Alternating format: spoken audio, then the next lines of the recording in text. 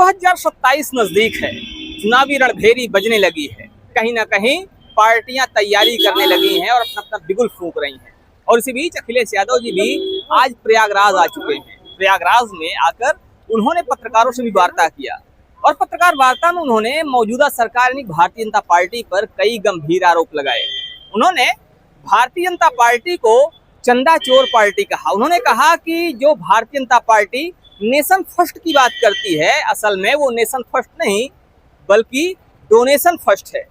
Bharatiya Janata party चंदा चोरी करती है और इसीलिए जो सीसीटीवी की बात है, उन्होंने सीसीटीवी को चंदा चोर टीवी कहा भारतीय जनता पार्टी पर।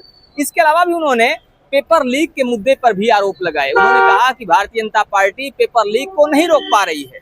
साथ ही साथ आरक्षण घोटाले पर भी उन्होंने बात किया। उन्होंने कहा कि भारतीय जनता पार्टी किसी की भी सगी नहीं है और किसी का भी भला नहीं करने वाली है। इस तरह से उन्होंने सरकार को कई मुद्दों पर घेरने की कोशिश की। अब देखने वाली बात यह होगी कि 2027 में क्या कुछ होता है, लेकिन मौजूदा समय में उन्होंने मौजूदा सरकार को कई तरह से घेरा। उन्होंने ये भी कहा कि आने वाले समय में 2027 में एक बार फिर से पीडीए सरकार बनेगी और इंडिया गठबंधन पर उन्होंने बात करते हुए कहा कि इंडिया गठबंधन बहुत मजबूत है, पूरी तरह से मजबूत है। लेकिन देखने वाली बात यह होगी कि आने वाले समय में क्या इंडिया गठबंधन मिलकर चुनाव लड़ता है, क्या कांग्रेस और समाजवादी पार्टी दोनों साथ मिलकर चुनाव लड़ती हैं, या उसमें एक अलग ही नजरिया, एक अलग ही नजारा देखने को मिलता है। फिलहाल इस पर क्या कुछ कहना है, इस पर अखिलेश यादव जी ने क्या कुछ कहा है, आइए आपको दिखाते हैं। इनकी निगाहें नेशन पे नहीं है, डोनेशन पर है। जो लोग ये कहते थे नेशन फर्स्ट, उनके लिए लग रहा है कि डोनेशन फर्स्ट।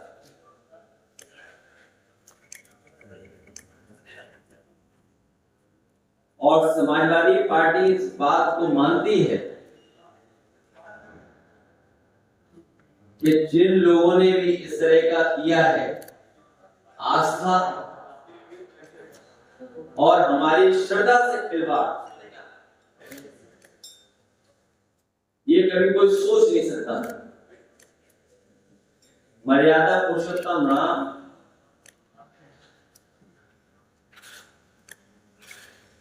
उनके मंदिर में इतना बड़ा सवाल खड़ा हो जाए कि बहुत सारे न्यूज चैनल, गाना वाले भी आज सवाल पूछ रहे हैं। इससे बड़ा चिंताजनक सवाल क्या होगा?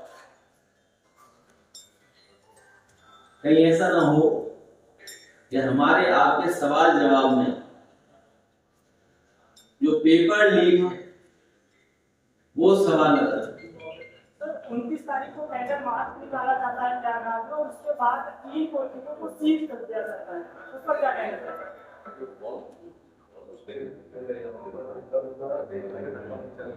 कल इस विषय पे हम लोग चर्चा भी करने जा रहे हैं और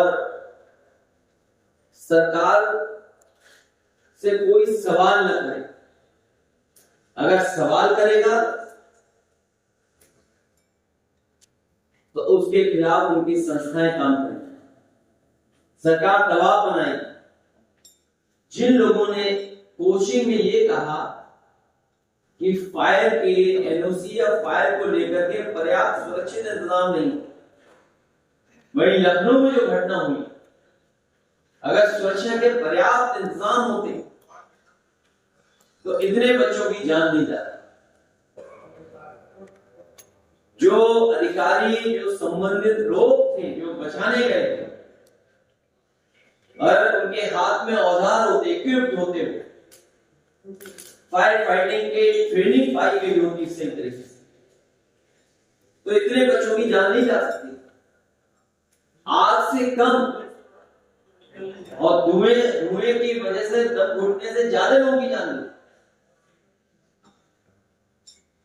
इसलिए मैं फिर कहना चाहता हूं कि ये नौजवानों की परीक्षाओं के भविष्य, परीक्षाओं को लगातार इस तरीके से करना उनके भविष्य खिलवाड़ है।